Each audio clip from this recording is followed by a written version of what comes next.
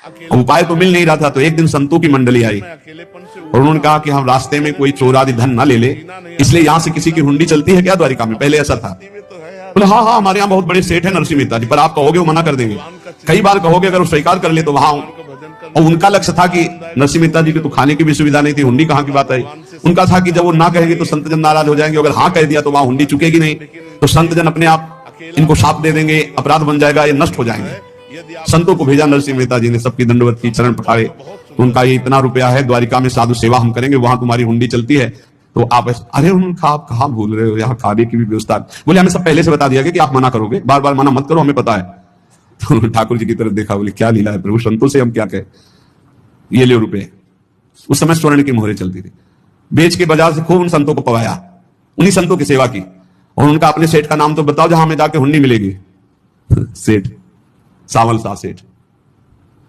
संत जन गए वहां, पूछा कि नरसिंह मेहता जी का जिन सेठ से परिचय, उनका नाम सावल सा सेठ, उनकी गद्दी कहां है? तो जो कुछ भक्त थे वो द्वारिकाधीश की तरफ संकेत करते कि वही है।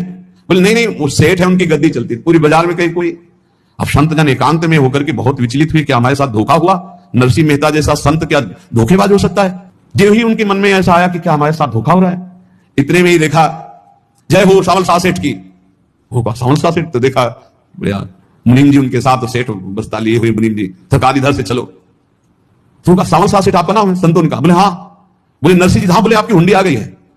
हुंडी हाँ, कि ये हमारे सेठ जी को दे देना।